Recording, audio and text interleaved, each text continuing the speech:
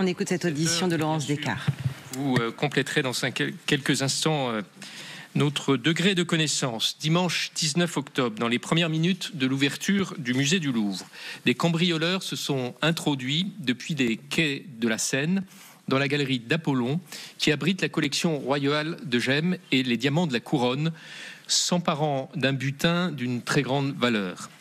Celui-ci comprendrait notamment, et vous pourrez compléter ce triste inventaire, des bijoux des premiers et second empires, de la reine Marie-Amélie, de la reine Hortense, de l'impératrice Marie-Louise et de l'impératrice Eugénie. Les voleurs ont laissé échapper dans leur fuite la couronne de l'impératrice Eugénie qui a été endommagée par sa chute. Bien entendu, ce butin serait difficile à revendre tel quel. Il est cependant à craindre que les pierres et les métaux précieux qui le composent et qui possèdent une grande valeur intrinsèque ne soient démontés, retaillés et écoulés séparément, ce qui représenterait une catastrophe définitive du point de vue patrimonial. Une enquête pour vol en bande organisée, association de malfaiteurs en vue de commettre un crime, a été ouverte et confiée à la brigade de répression du banditisme. Les cambrioleurs n'ont à cette heure pas été retrouvés. Selon le communiqué publié dimanche après-midi par le ministère de la Culture, les 5 agents du Louvre, présents à proximité immédiate, ont immédiatement appliqué le protocole et provoqué la fuite des cambrioleurs. La ministre de la Culture a indiqué dans la journée d'hier, elle a répété cet après-midi ici au Sénat, que les dispositifs de sécurité du musée avaient bien fonctionné. La gravité extrême de ce cambriolage et l'apparente facilité avec laquelle il a été perpétré interpelle cependant profondément et suscite évidemment de nombreuses interrogations de notre part. Avant de laisser la parole à mes collègues dans quelques minutes, je vais lister quelques-uns des points sur lesquels il est indispensable de faire toute la lumière devant nos concitoyens. Nous avons d'abord besoin de comprendre le déroulé exact et précis des faits, ainsi que les conditions dans lesquelles les procédures et les dispositifs de sécurité du Louvre ont été activés. La question n'est pas seulement de savoir s'ils ont bien fonctionné, il faut également établir s'ils étaient adaptés et suffisants. La presse a évoqué un certain nombre d'éléments de manière souvent confuse. Le déclenchement ou non des alarmes, le délai dans lequel les forces de l'ordre ont été prévenues et sont intervenues, le rôle des surveillants, le remplacement récent des vitrages, ainsi qu'un déploiement insuffisant des caméras de surveillance. Sur ce dernier point, combien y en a-t-il d'ailleurs à l'intérieur du musée, mais aussi à l'extérieur? Nous devons être éclairés de manière très précise sur ces différents points. En élargissant ensuite la focale, nous avons besoin de comprendre le cadre général de sécurité et de la sûreté du Louvre et comment il a évolué au cours de ces dernières années. Nous souhaitons également comprendre votre approche de ce sujet, Madame la Présidente, alors que le Louvre entre dans une phase de grande transformation. Avant de laisser la parole à mes collègues, je vais bien sûr, Madame la Présidente, vous laisser la parole pour une première intervention entre 10 et 15 minutes. Votre parole s'est faite rare. Nous sommes donc très désireux de vous entendre et la présence de journalistes également montre que nous avons besoin de savoir précisément ce qui s'est passé. Mes collègues ensuite auront de nombreuses questions à vous poser. Je donnerai d'abord la parole à notre rapporteur budgétaire sur les sujets de patrimoine et donc muséaux, Sabine Drexler, avant de passer aux représentants de chacun des groupes et de l'ensemble des sénateurs, s'ils le souhaitent. Madame la Présidente, je vais vous laisser la parole. Merci, Monsieur le Président. Monsieur le Président, Mesdames les sénatrices, Messieurs les sénateurs, je souhaiterais avant toute chose vous remercier de m'avoir convié aujourd'hui au sein de cette commission afin de m'exprimer sur le vol brutal qui a eu lieu au musée du Louvre le dimanche 19 octobre 2025 au matin. Ce drame a profondément choqué les agents du musée du Louvre. Il a profondément choqué nos concitoyens. Il a profondément choqué toutes celles et tous ceux qui aiment le Louvre et admirent nos collections bien au-delà de nos frontières. Leur émotion est à la hauteur de ce que représente le patrimoine insigne qui nous a été dérobé. Le Louvre est le musée de tous les Français. Les collections qui nous sont confiées sont des collections nationales.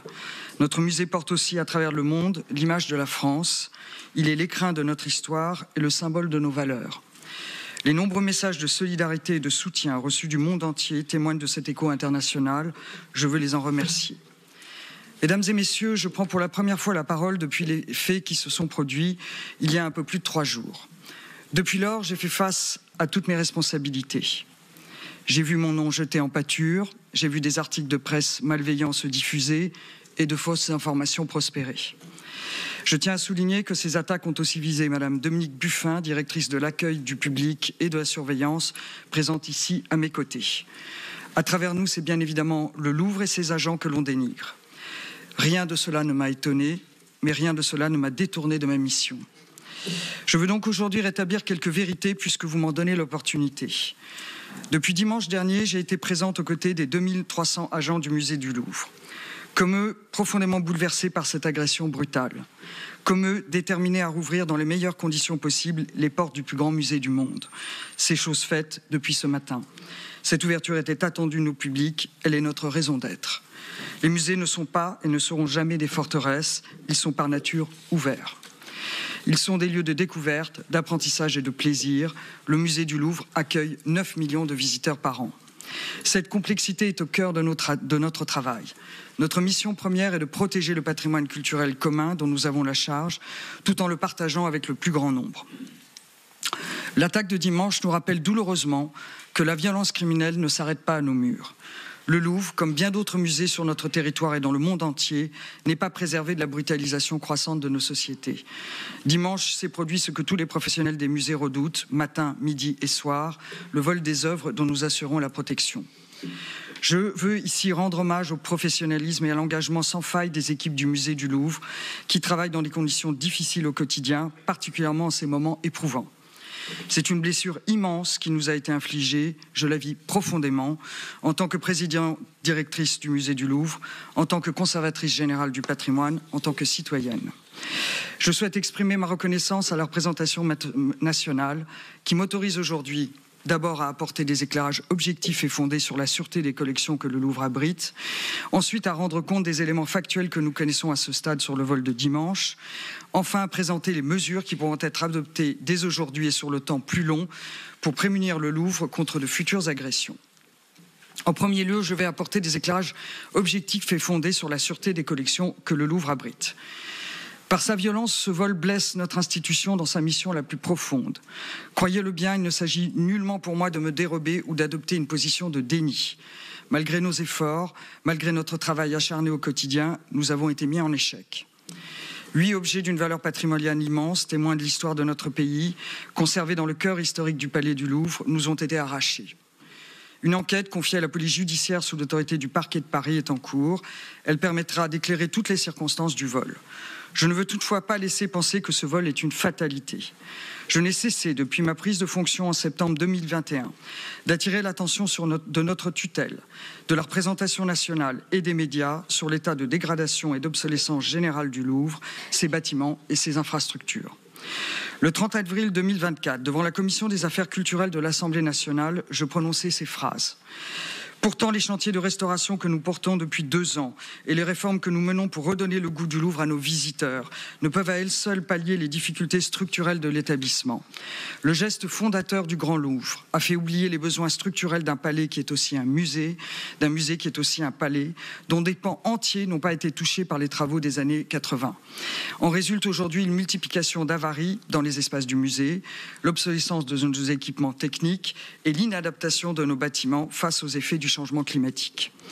Tels étaient mes propos, ils sont hélas d'une brûlante actualité. Le Louvre est non seulement le musée le plus fréquenté du monde, il est aussi un monument historique immensément vaste. Il compte 244 000 mètres carrés de plancher, 86 000 mètres carrés d'espace muséographique, 37 hectares de domaines, 33 000 œuvres sont présentées dans les salles.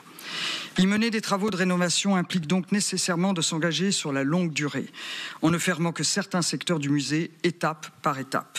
Il ne serait pas concevable de fermer le Louvre au public. Ces travaux requièrent un temps considérable d'analyse et de diagnostic. Ils sont soumis aux procédures complexes et lentes des marchés publics. Vous, législateurs, le savez mieux que personne. Ces transformations doivent être anticipées, programmées. Elles se déroulent nécessairement sur plusieurs années. J'en viens à présent au schéma directeur des équipements de sûreté. Face à la situation préoccupante des installations de sûreté du musée que j'ai découverte plusieurs mois après mon arrivée, j'ai accéléré l'élaboration d'un schéma directeur de modernisation des équipements de sûreté. Ce plan couvre tous les domaines de la sûreté. Postes de contrôle dotés d'équipements modernes, dispositifs informatiques en réseau, renforcement de la vidéoprotection, contrôle anti-intrusion, système de badge. De 2022 à 2024, les études ont été menées par la maîtrise d'œuvre spécialisée pour effectuer un diagnostic complet de l'état de nos équipements et définir le programme de travaux. Les marchés ont été lancés à la fin de l'année 2024 pour des travaux qui débuteront au premier semestre 2026. Ils se poursuivront à minima jusqu'en 2033. Ce schéma directeur des équipements de sûreté est évalué à hauteur de 80 millions d'euros. Il s'intègre dans le plan Nouvelle Renaissance annoncé par le Président de la République le 28 janvier dernier. Je veux ici remercier le Président de la République et la Ministre de la Culture. Sans leur soutien, sans leur lucidité sur l'état du Louvre, rien ne serait aujourd'hui lancé. Le montant très important de ce plan illustre l'importance de la marche technique que nous avons à franchir. Cependant, au regard de l'urgence et des délais inhérents à de tels plans, j'ai demandé que des mesures rapides soient mises en place. Ainsi, depuis 2022, tous les projets de rénovation de salles ou de changement muséographique s'accompagnent de manière systématique d'une reprise des dispositifs de sûreté, notamment en ce qui concerne l'extension de la vidéoprotection. À titre d'exemple, l'exposition Naples à Paris en 2023, qui accueillait les chefs-d'œuvre du musée de Capodimonte, donc en 2023, dans la grande galerie du musée, cette exposition a été l'occasion d'étendre le réseau de caméras numériques dans cet espace iconique du musée, qui en disposait en nombre insuffisant. À ce sujet, les fuites organisées sur le rapport provisoire de la Cour des comptes constituent une grave mise en danger pour la sécurité du musée. Ces éléments avaient été remis en main propre à l'équipe de la Cour sous pli cacheté. Nous avions alerté la Cour sur le risque majeur que faisait courir au Louvre l'inscription de ces éléments dans le rapport provisoire. Je déplore que ces éléments soient sortis. Concernant la sécurisation du domaine du Louvre et des Tuileries, j'ai également poursuivi la sécurisation périmétrique du bâtiment et de ses abords en finalisant en 2022 la pose de nouvelles grilles autour du domaine sur les accès qui en étaient dépourvus. En ce qui concerne les grilles existantes, toutes classées monuments historiques, un programme de restauration est en cours depuis cette année et s'achèvera au printemps 2026. J'ai demandé à ce qu'il soit complété par des dispositifs anti-béliers, conformément aux préconisations de la préfecture de police, dont le rapport m'a été remis en décembre 2023. Le premier de ces équipements est en cours de pose en ce moment même. Concernant à présent l'amélioration de notre organisation et de nos procédures, la sûreté du musée s'appuie sur des équipements, mais ces moyens ne suffisent pas sans des équipes formées et des procédures bien appliquées. Sur ce sujet, au cours des 10 dernières années, le musée a connu une baisse de ses effectifs de surveillance et de sûreté. Sous ma présidence, ces effectifs n'ont pas baissé. Depuis 2022, ils ont même progressé de 5,5% grâce au recrutement direct permis par le ministère de la Culture. Concernant les procédures, je pense qu'il est toujours nécessaire de bénéficier d'une expertise extérieure pour analyser nos méthodes de travail.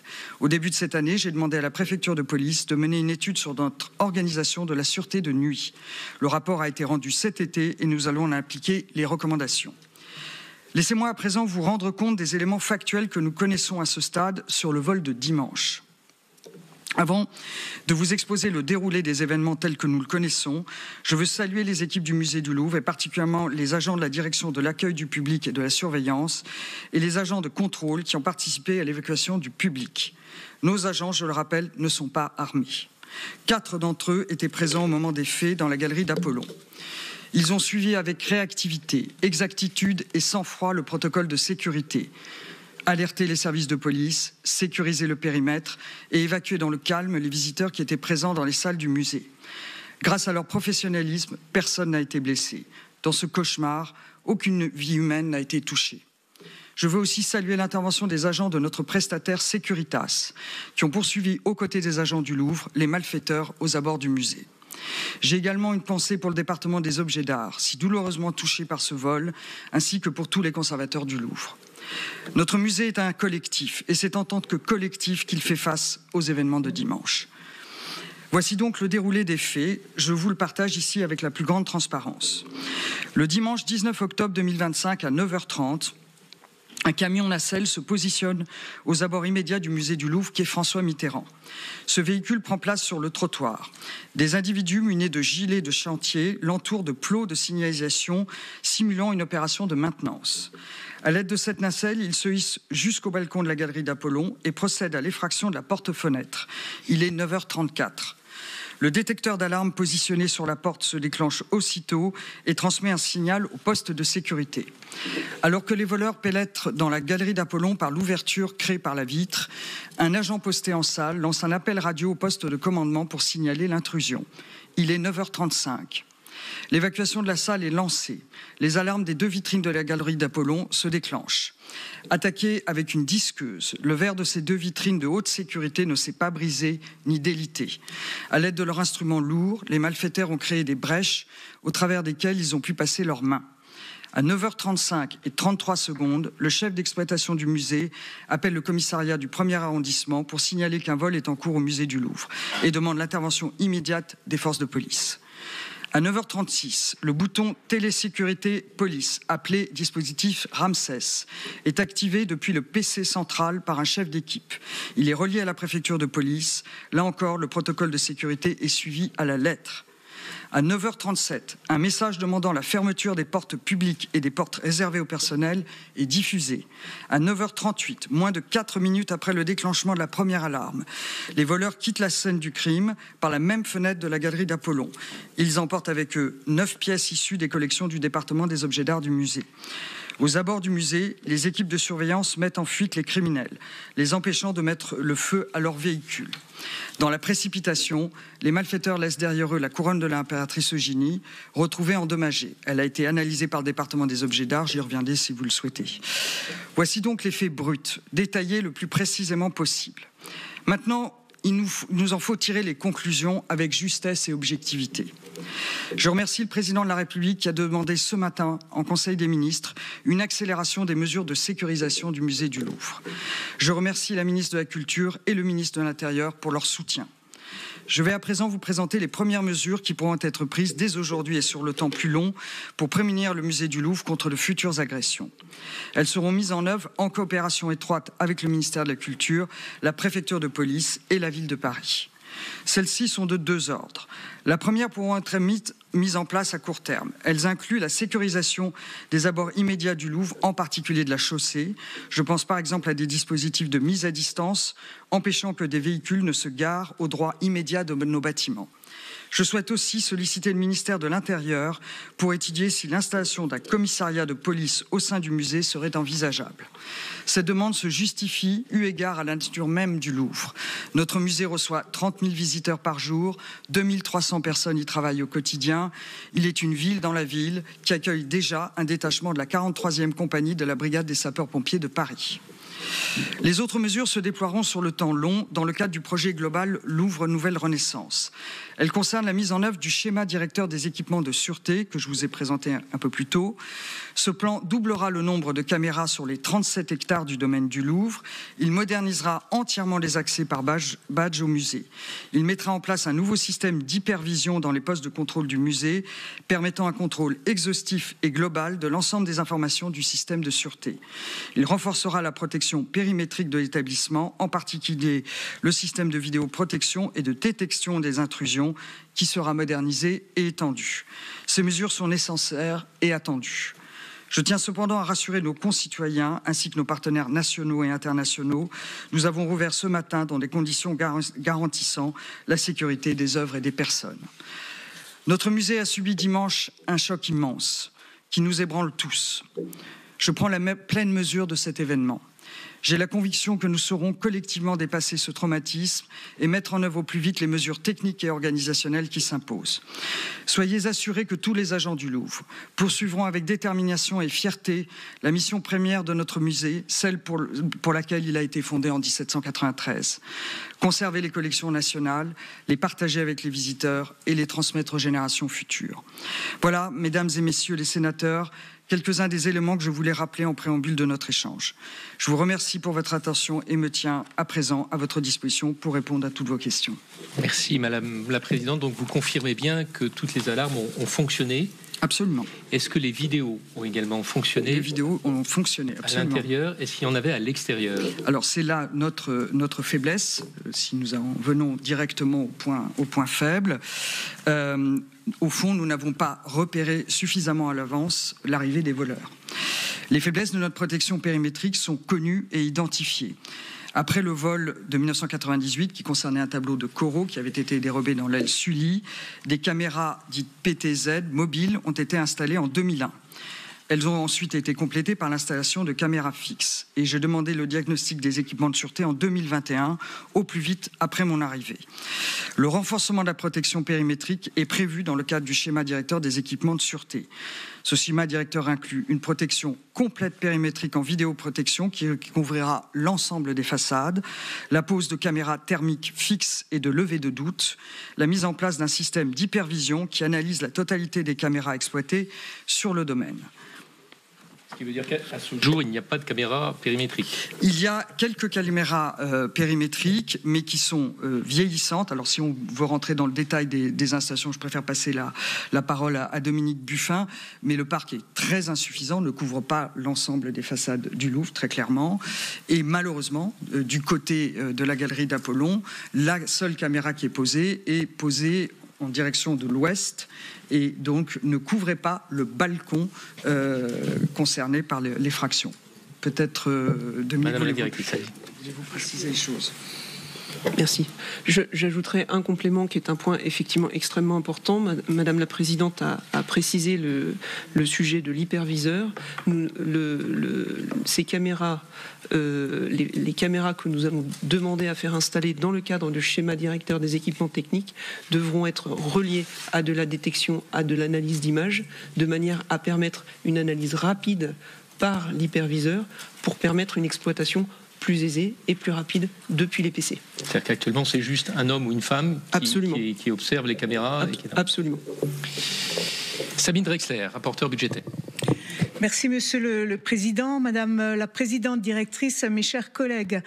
Donc cette intervention pour vous dire tout d'abord que je suis frappée, comme sans doute tous mes collègues ici présents, de constater que ce cambriolage qui nous obsède tous depuis dimanche est survenu alors que l'alarme avait été donnée à de nombreuses reprises au cours des dernières années sur la dégradation de la situation matérielle du Louvre et de son incapacité à faire face à de nombreux défis techniques. Il y a quelques mois, dans cette même salle, à cette même place, M. Kim Pham, administrateur général du Louvre, nous alertait déjà sur ce sujet. Vous avez vous-même, Madame la Présidente, écrit au Président de la République en janvier de cette année pour l'informer des avaries récurrentes auxquelles fait face le musée du Louvre et dont on peut penser qu'elles s'étendent aux aspects de sécurité. En ce qui concerne très spécifiquement la sûreté de l'établissement, la presse se fait l'écho d'un pré-rapport très sévère de la Cour des comptes qui mentionne notamment les importants retards que subirait le déploiement du schéma directeur de modernisation des équipements de sûreté et la Cour parle plus exactement de reports persistants. Ces éléments doivent bien entendu être regardés avec prudence dans la mesure où il ne s'agit pas d'un rapport définitif et on se rappelle que M. Kim Pham avait d'ailleurs indiqué l'an dernier devant le Parlement que le déploiement de certains éléments de ce schéma était reporté à 2026. Vous nous avez déjà donné quelques éléments de réponse sur ce point, mais nous avons néanmoins besoin de réponses plus précises sur les questions suivantes. Alors le retard vient-il du délai d'adoption du schéma directeur ou de sa mise en œuvre? Pouvez-vous nous indiquer combien de temps le Louvre a mis pour adopter son actuel schéma directeur de sûreté qui semble couvrir la période 2020-2029? Y en avait-il un autre avant? L'avez-vous mis en œuvre dès votre nomination comme présidente en 2021? Regrettez-vous certains de vos arbitrages budgétaires en faveur d'autres projets? D'où viennent les retards évoqués par la Cour des comptes dès lors qu'ils ne semblent pas principalement dus à des raisons budgétaires? Et très précisément, quel est le calendrier de mise en œuvre de ce schéma? Quand les investissements ont-ils effectivement commencé? Que reste-t-il à faire? Et question cruciale, de quels moyens sera-t-il doté? Je vous remercie. Présidente, je vais vous laisser répondre, bien sûr, vos équipes peuvent compléter. Je vais répondre de façon globale et puis je passerai la parole à l'administrateur général adjoint pour vous donner le plus de précision possible. Je tiens à le dire, il n'y a pas de retard dans la mise en œuvre du schéma directeur de sûreté du Louvre. Je m'inscris en faux sur les éléments qui sont dans le pré-rapport de la Cour des comptes. Quand j'ai pris mes fonctions en septembre 2021, il y avait déjà une réflexion sur le schéma directeur de sécurité qui était à l'état de réflexion et j'ai souhaité prendre à bras-le-corps cette question. C'est une question très complexe, d'une très grande ampleur et qui nécessite des travaux d'analyse et de préparation avec des experts afin d'établir les conditions de passation des marchés publics qui réaliseront les travaux nécessaires à la mise en place de ce schéma. Et notamment, c'est une question d'infrastructure et de réseau. Alors je laisserai la parole peut-être encore à Dominique qui est plus compétente dans ce domaine évidemment que moi, mais nous avons une infrastructure, on peut le dire, vieillissante, qui ne permet pas, si vous voulez, de greffer des équipements moderne et de toute dernière génération en matière notamment de vidéo et de détection sur une infrastructure qui ne la supporte tout simplement pas. Nous avons aussi d'importants soucis dans on peut le dire, l'implantation des postes de sécurité au sein du musée qui sont vieillissants. Et je peux vous dire que lorsque je suis arrivé en septembre 2021, le directeur de l'accueil et de la surveillance, le prédécesseur de Dominique Buffin, Denis Fousse, parce que je venais d'Orsay, de la présidence du musée d'Orsay et de l'Orangerie, m'avait alerté sur le retard du Louvre, l'obsolescence des équipements, et m'avait dit que je serais frappé par le contraste avec évidemment les équipements beaucoup plus modernes d'Orsay, le fait d'ailleurs qu'on avait intégralement renouvelé à Orsay le poste central de surveillance. Et effectivement, la déception, la surprise a été au rendez-vous. Alors, je ne rentrerai pas, et vous me permettrez de ne pas rentrer dans les détails de cette infrastructure de sécurité dans une instance publique. Mais je tiens bien sûr à la disposition de cette commission toutes les informations. Il ne s'agit pas d'affaiblir le musée du Louvre, vous le comprendrez, mais vraiment, nous vous transmettrons toutes les informations nécessaires. Je vais passer la parole à Francis Steinbock pour qu'il vous précise exactement le calendrier de mise en place d'études et de mise en place de ce schéma directeur, les budgets qui y sont affectés, très importants, puisque l'ensemble de ce schéma directeur, comme je l'ai dit, est évalué à près de plus de sans doute de 80 millions d'euros. Donc on voit bien que c'est une transformation absolument massive et qui nécessitait une phase de préparation. Nous avons reçu les offres pour les premières phases de cet immense chantier. Nous sommes en train de sélectionner donc les entreprises qui vont réaliser ces travaux. Nous accélérons autant que nous pouvons dans le cadre extrêmement contraint et lent des marchés publics pour que, si possible, avant la fin de cette année, au regard évidemment de l'actualité tragique qui est celle du Louvre ces jours-ci, nous puissions notifier ces marchés et rentrer en phase active de travaux au début de l'année 2026. Francis Steinbock va vous donner quelques précisions. Merci Madame la rapporteure. Effectivement, la présidente directrice l'a rappelé, ce schéma directeur est une nécessité. Et lorsque nous sommes arrivés au musée du Louvre, c'est un sentiment d'effarement en fait, qui nous a saisis quand on a visité les 5 PC de zone, puisqu'il y a 5 PC répartis dans le musée, et le PC central. C'était une grande surprise. Nous avons aussi compris très rapidement que la question n'était pas une question de poste de commandement, c'était une question d'infrastructure globale en termes numériques, en termes d'outils et en termes de caméras. Tous les sujets sont concernés et également en termes électriques, car pour déployer un nouveau dispositif de cette nature-là, il faut créer un câblage nouveau. Et ce câblage nouveau, il est estimé à plus de 60 km. C'est à la taille du Louvre. Donc, des études avaient été lancées par les équipes du Louvre dès 2021 pour effectivement un schéma directeur des équipements de sûreté et qui devait englober la totalité de la question.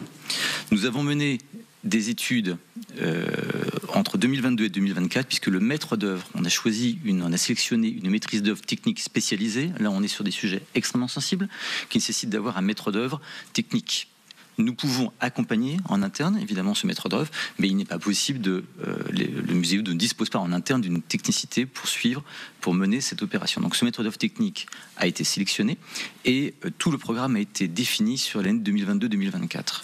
Nous avons ensuite lancé les marchés auprès des entreprises et nous avons en ce moment même, depuis le début du mois d'octobre, reçu les offres.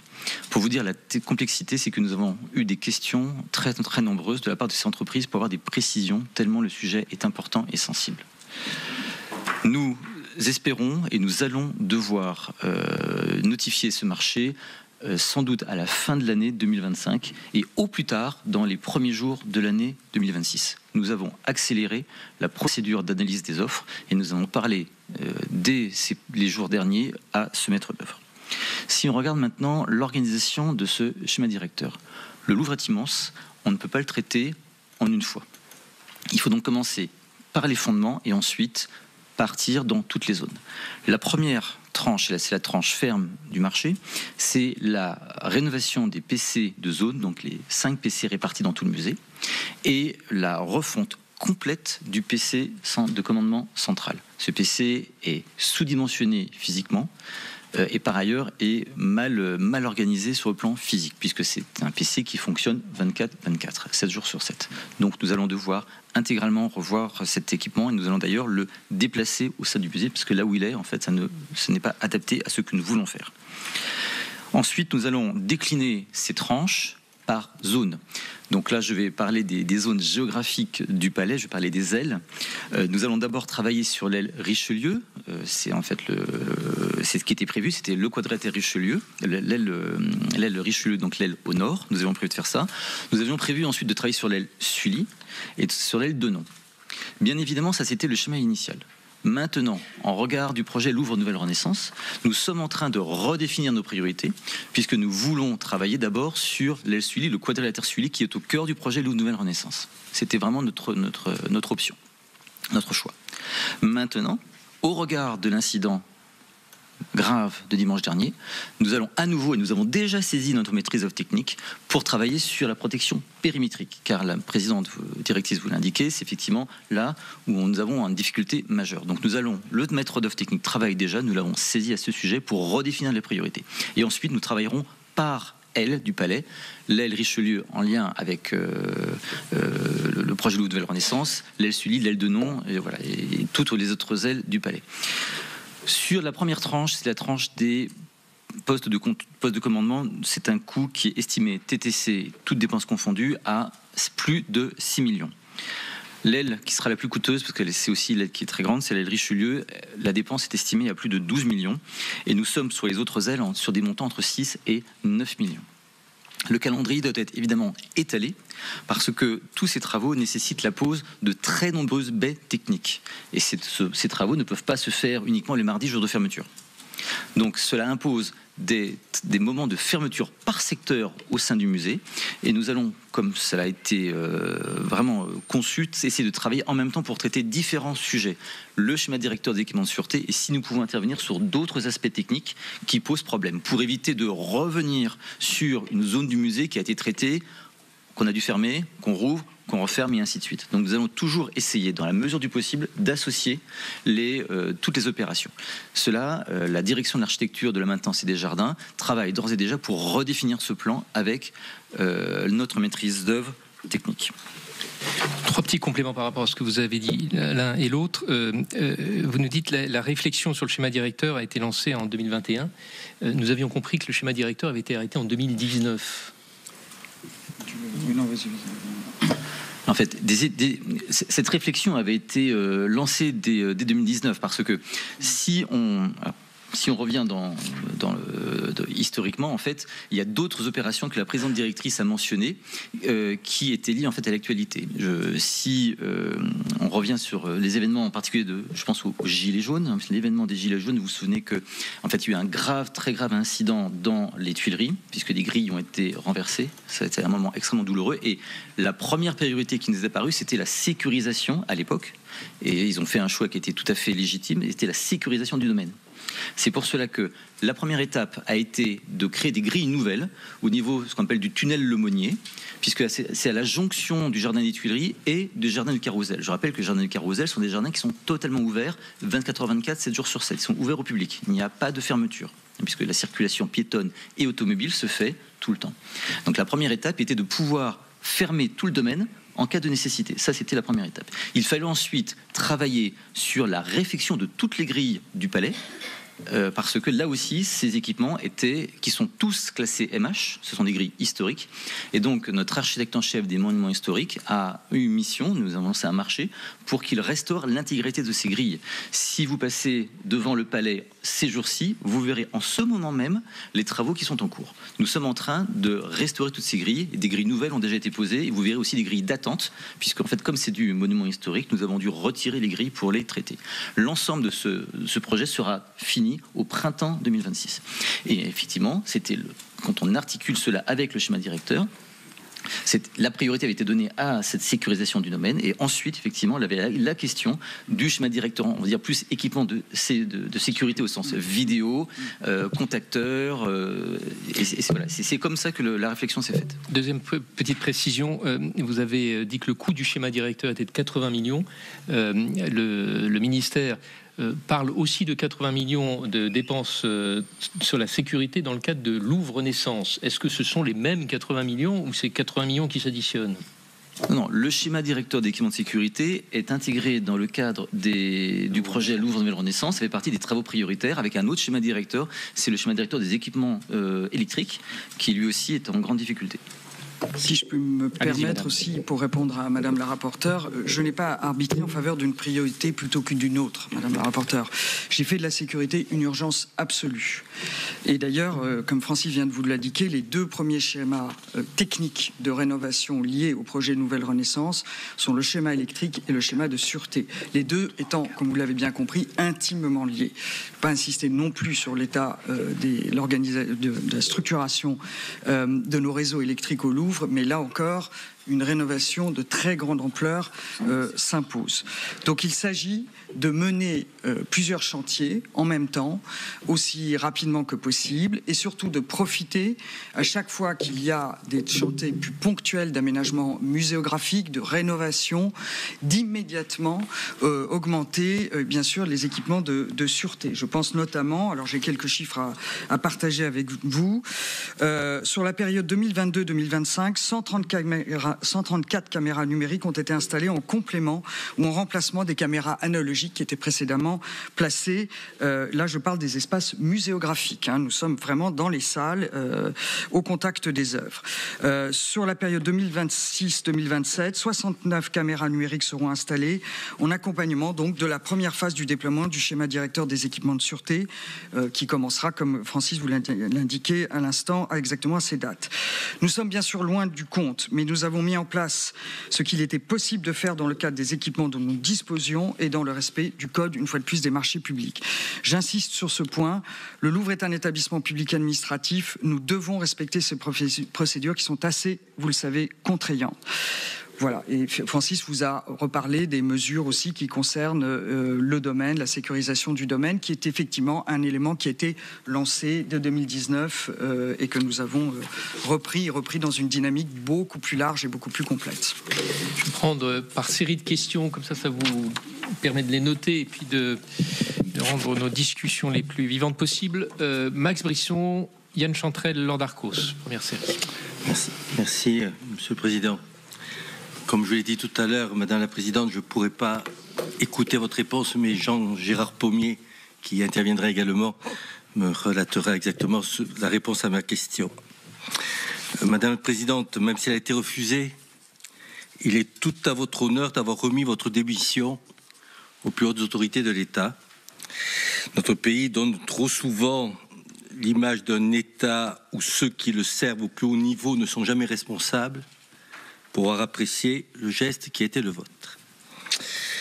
Madame la Présidente, vous avez remercié 2 fois le Président de la République dans votre intervention préliminaire, mais vous avez mis beaucoup de temps à répondre aux questions très précises du Président Lafont. Il a même fallu qu'il les répète pour que nous ayons un début de réponse. Et vous avez enfin parlé de ce que vous avez appelé les points faibles. On aurait bien aimé que vous les évoquiez dès votre intervention préliminaire, sans que le président Lafont ait besoin d'y revenir, car ce sont eux qui nous intéressent. Parler de la suite est certainement utile, mais il me semble qu'il faut revenir sur ce qui s'est passé.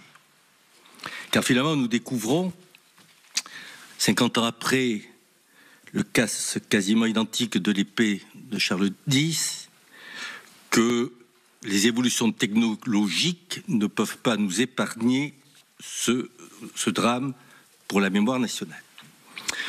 Les faits tels qu'ils sont rapportés par la presse, avec certainement beaucoup d'erreurs que vous rectifierez. C'est un monte-charge garé sur un trottoir en contresens de circulation, qui a donc fait un demi-tour à 9h du matin, à Paris, à moins de 10 minutes de la préfecture de police.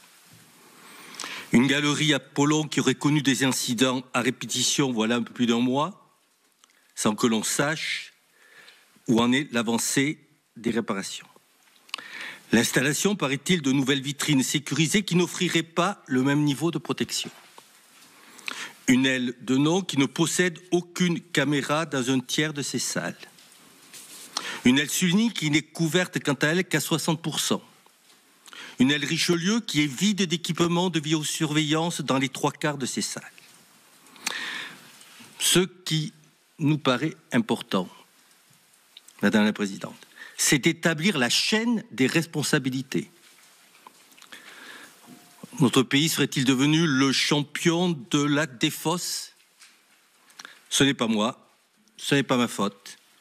Ce n'est la faute de personne. Madame la Présidente, puisque vous n'avez ni confirmé ni maintenu votre démission, pas davantage que vous n'ayez démissionné lorsque vous n'avez pas eu de réponse à vos propos alarmistes. En effet, j'en conviens. Nous sommes donc en droit de vous demander où en sommes-nous 3 jours après en ce qui concerne l'identification de la chaîne des responsabilités? À quel moment sera-t-elle arrêtée? Comment seront identifiés et comment connaîtrons-nous les responsables des manquements? Qui devra rendre compte et comment? Je vous remercie. Yann Chantrel. Merci Monsieur le Président, chers collègues, Madame la Présidente. Merci à vous, Madame Descartes, d'avoir accepté le principe de cette audition et de venir rendre des comptes aux élus de la nation. Nous avons cependant, dans cette audition aujourd'hui, une grande absente, celle qui doit rendre des comptes devant la représentation nationale, votre tutelle, représentée en la personne de Rachida Dati, la ministre de la Culture. J'espère que nous aurons très rapidement l'occasion de nous prêter au même exercice avec votre ministre de tutelle. En effet, nous sommes nombreux à être pour le moins stupéfaits par les sorties de Madame Dati ces derniers jours devant la représentation nationale hier à l'Assemblée nationale, propos réitérés aujourd'hui devant le Sénat, assurant en dépit du bon sens, je cite, que les dispositifs de sécurité du Louvre n'ont pas été défaillants. Je pense que le monde entier nous rit au nez d'entendre une telle chose de la ministre après ce qui s'est passé. Ce matin même, le journaliste Emmanuel Leclerc de France Inter révélait que le système Ramsès, qui alerte la police d'une intrusion et d'un braquage en cours au Louvre, n'aurait été activé qu'après le déclenchement de la 2e alarme. Lorsque la protection en verre blindé de la couronne d'Eugénie notamment a été découpée à la disqueuse, si l'alerte Ramsès avait été activée dès le franchissement de la fenêtre à 9h34, les cambrioleurs auraient pu être interpellés à temps. Est-ce que vous confirmez, Madame la Présidente, ces informations? On est aussi consterné d'entendre la ministre asséner dans tous les médias que le budget de la culture est en hausse. Madame Dati est une des rares ministres à avoir eu la main sur 3 budgets consécutifs. Or, sur ces 3 derniers budgets, 2024, 2025 et celui en préparation 2026, la dotation pour charges de service public du Louvre est en baisse constante. Et pour 2026, le budget total des dotations du musée du Louvre sur l'ensemble des programmes baisse de 5,2 millions d'euros. Quels sont les effets de ces coupes budgétaires ? Avez-vous eu besoin de réorienter ces crédits consacrés à la surveillance et à la sécurité pour pallier des baisses sur d'autres domaines ? Concernant les effectifs, il apparaît à la lecture des chiffres produits par la direction des ressources humaines du musée dans les bilans sociaux uniques des dernières années que si on s'intéresse aux emplois statutaires des fonctionnaires, la filière accueil-surveillance a perdu 72 ETPT depuis 2019, soit 88% des emplois statutaires détruits au sein de l'établissement sur la période.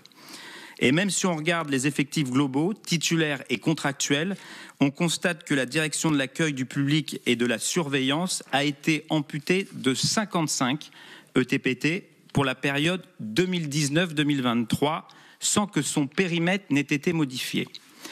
Outre le retard dans le déploiement d'équipements destinés à assurer la protection des œuvres que déplore le rapport de la Cour des comptes, est-ce que le problème ne vient pas aussi du fait que les équipes de surveillance soient en sous-effectif et qu'elles aient été précarisées par une contractualisation croissante ? Je vous remercie. Laure Darcos. Merci Monsieur le Président. Madame la Présidente, avant toute chose, je voulais vous remercier d'avoir choisi le Sénat pour vous exprimer, puisque c'est donc la première fois que vous le faites publiquement depuis ce drame. Et avoir le nombre de journalistes, ça serait bien en effet, comme l'ont dit certains collègues, qui s'intéressent aussi à la culture de manière plus générale. Il a fallu ce drame pour qu'en effet on mette l'accent et le projecteur sur le problème de sécurisation des monuments. Et je me félicite, je ne sais pas si d'ailleurs il y aura une articulation avec votre schéma directeur et la fin de votre schéma directeur avec la nomination de Jérémy Patriélétus, mon collègue député, pour justement regarder la sécurité de nos lieux patrimoniaux, culturels et cultuels. Madame la Présidente, ce que je veux dire est bien sûr pas du tout une attaque personnelle, mais je pense que justement vous avez la possibilité de vous en expliquer. Vous subissez depuis plusieurs jours des attaques personnelles. Et je pense dans le cadre d'une campagne de presse savamment orchestrée par certains, même certains qui nous envoient des mails, et relayée par plusieurs médias. Et les Français s'interrogent, ils ont besoin de réponses précises de votre part. Donc ma première question sera la suivante. Donc ça a été dit un peu par Max Brisson, mais est-ce que vous avez vraiment présenté votre démission à la ministre de la Culture, comme le Figaro en avait fait état hier ? Depuis votre arrivée, certains vous accusent de vous être davantage préoccupé de travaux d'aménagement plutôt que de la sécurité des œuvres et des personnes. Le Canard enchaîné annonce 500 000 € pour la rénovation d'une salle à manger pour votre direction et près de 900 000 € pour la rénovation des locaux de la direction générale. Qu'avez-vous à nous dire à ce sujet ? Dès dimanche, en fin d'après-midi, il y a des éléments sensibles d'un pré-rapport de la Cour des comptes. Vous en avez tout petit peu, vous l'avez évoqué dans votre introduction, qui relevaient d'observations provisoires de la Cour des comptes, ont fuité. Et qu'avez-vous à nous dire sur ces fuites ?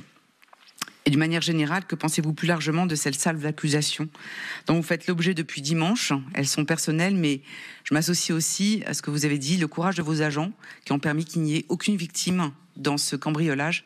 Et c'est déjà beaucoup. Merci. Je vais vous laisser répondre à ces premières questions.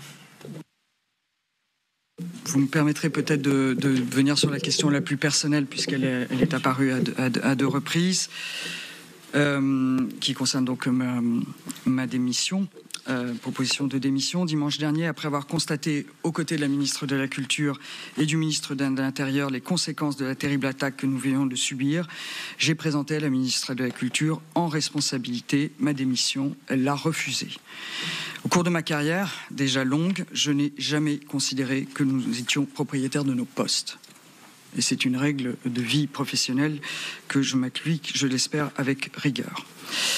Je ne reviendrai pas sur la question de la presse et des attaques personnelles. Je ne peux que le constater avec vous, les manipulations, l'instrumentalisation aussi politique de cette catastrophe.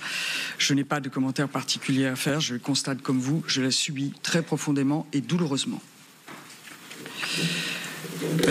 Alors après, on va revenir sur les questions peut-être plus précises.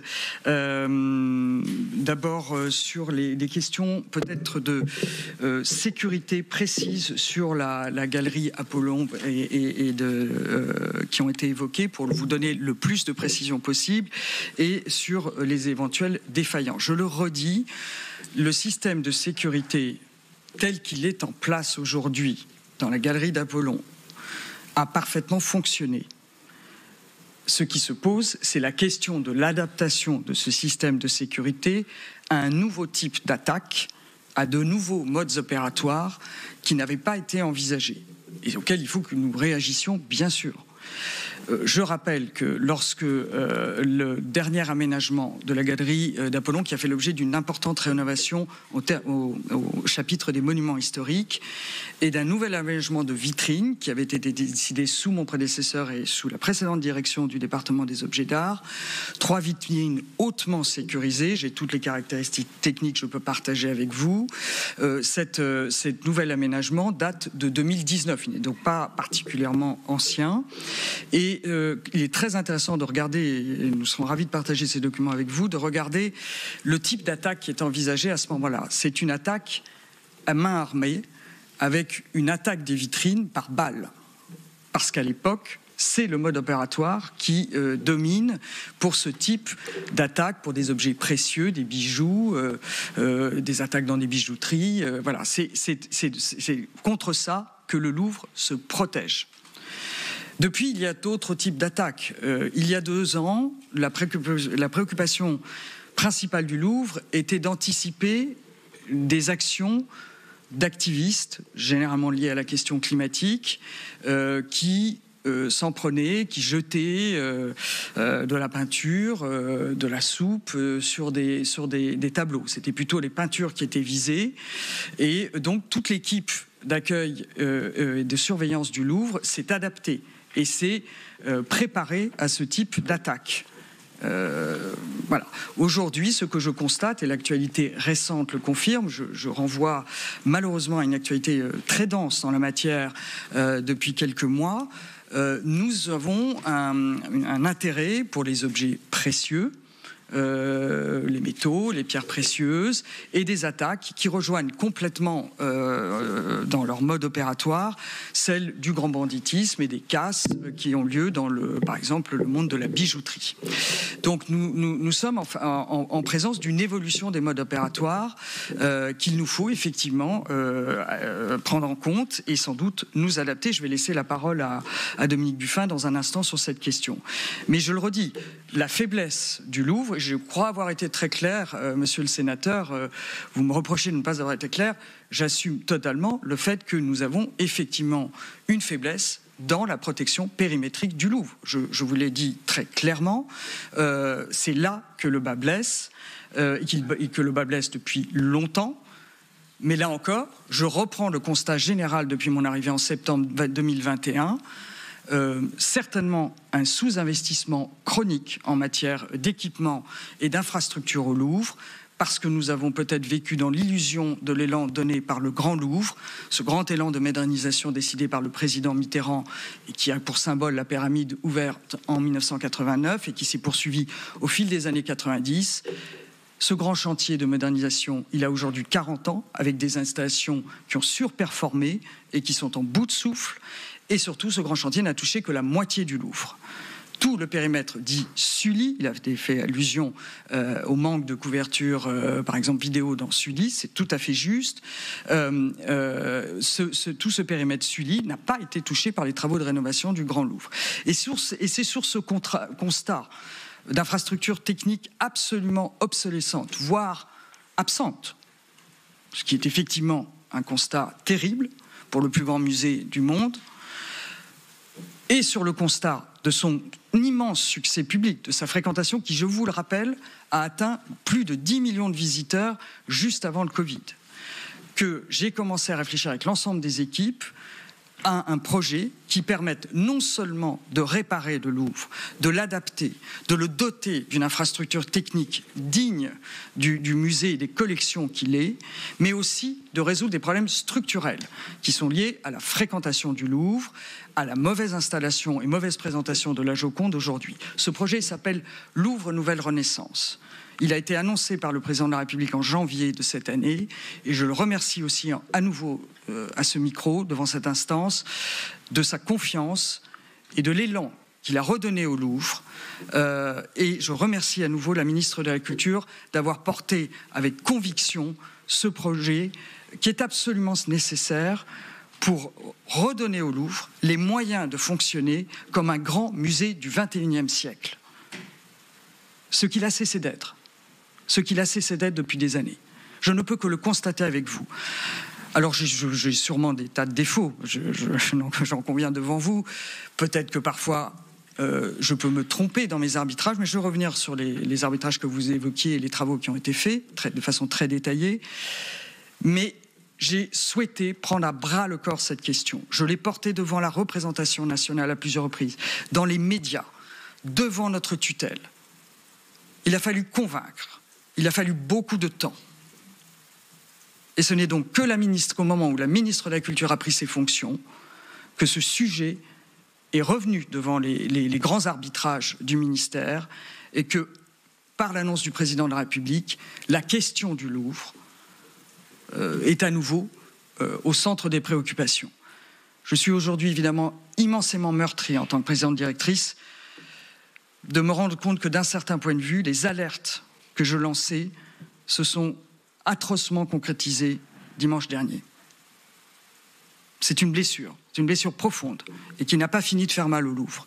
Mais nous l'avons la surmontée par le travail, par tous ces schémas directeurs, par ce projet qui redonnera au Louvre sa capacité, une fois de plus, à accueillir un public nombreux, à présenter des œuvres de façon satisfaisante et dans des conditions complètement sécurisées.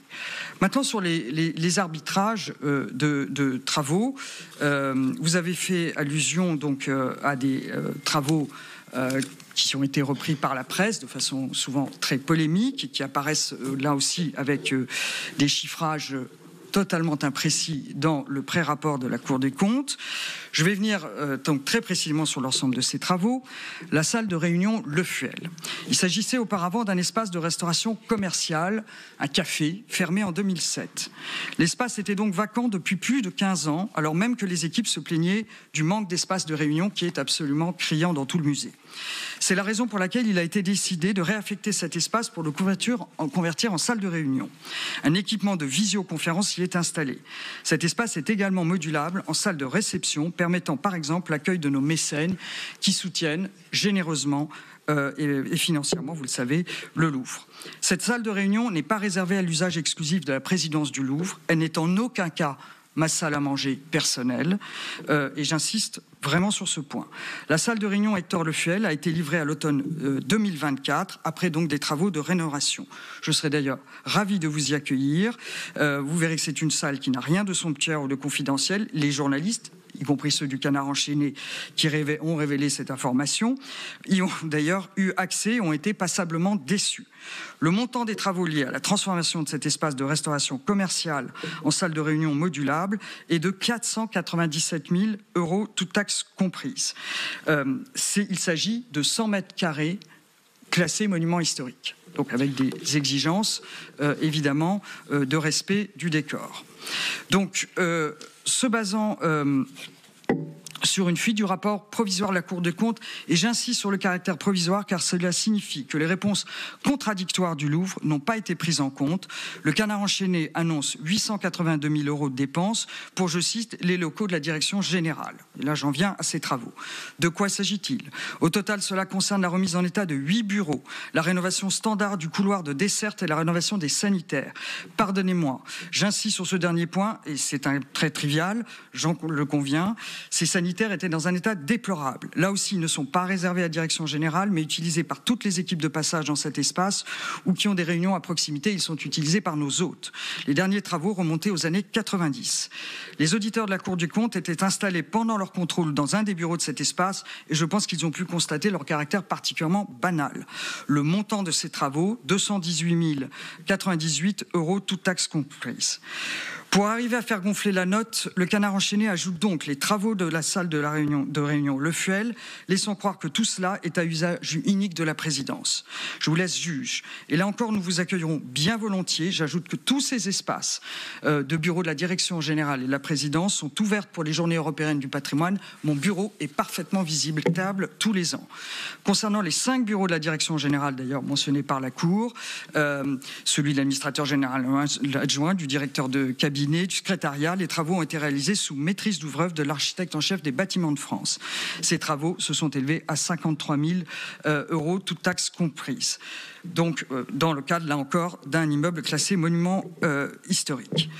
Par ailleurs, je tiens à préciser, puisqu'on est sur le terrain des questions personnelles et des polémiques possibles, j'ai par ailleurs et en responsabilité décidé de ne pas occuper l'appartement de fonction de la présidence mis à disposition des présidents directeurs du musée du Louvre.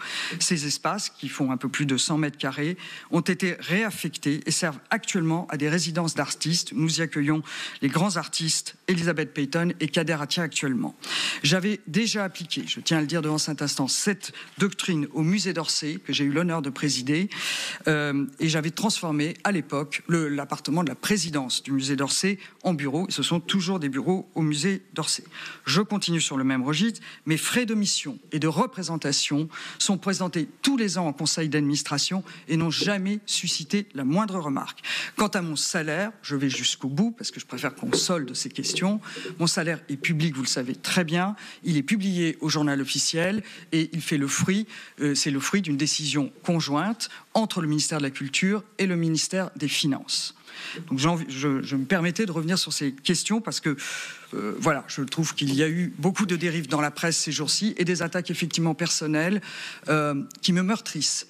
Je suis une fonctionnaire au service de la République qui porte avec beaucoup de fierté les valeurs qui nous rassemblent aujourd'hui dans cette instance. Je crois servir mon pays et la culture du mieux que je peux. Il y a des échecs. Aujourd'hui, nous vivons un échec terrible au Louvre, dont je prends ma part de responsabilité. Je le redis, j'ai présenté ma démission, elle a été refusée. Mais qu'on ne me fasse pas des procès personnels de dépenses inconsidérées. La sécurisation du Louvre, de ses collections, est au cœur de mes priorités. Une fois de plus, je ne reviens pas sur ce que j'ai dit. J'en ai fait les 2 schémas directeurs prioritaires de mon action. Et j'ai été effaré de la situation de la sûreté et de la sécurité du Louvre à mon arrivée. Ce n'est pas l'habitude de cette maison de faire des attaques personnelles, rassurez-vous, mais nous, en revanche, on a besoin de comprendre les processus de décision. Je vais vous poser, alors déjà, il y a la question précise sur Ramsès. Alors là, je pense qu'il faut... Et je vais rajouter une question, parce que vous nous dites qu'il y a des nouveaux modes opératoires. On a bien compris que les vitres, notamment, étaient plus conçus par rapport à des attaques par balle qu'à la disqueuse. Néanmoins, ce qui nous surprend, c'est qu'une intrusion par une fenêtre, ce n'est pas la première fois au Louvre. Il y a eu en 1976, si je ne me trompe, mais vous me corrigerez, le vol de l'épée Charles X, qui était, je crois, dans la galerie d'Apollon, mais là encore, vous me corrigerez. Comment se fait-il? Vous nous dites que la grande faiblesse, c'est le système de vidéo extérieure.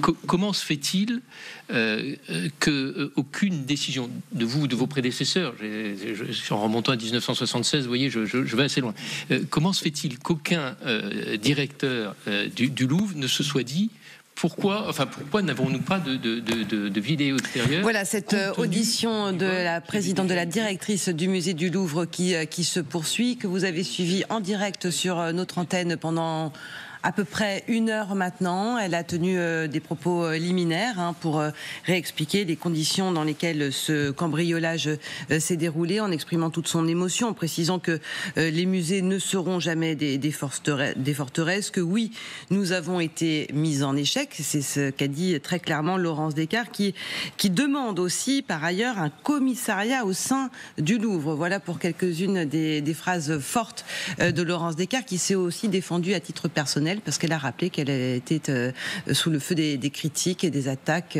notamment dans la presse. Donc elle a répondu point par point à toutes les questions.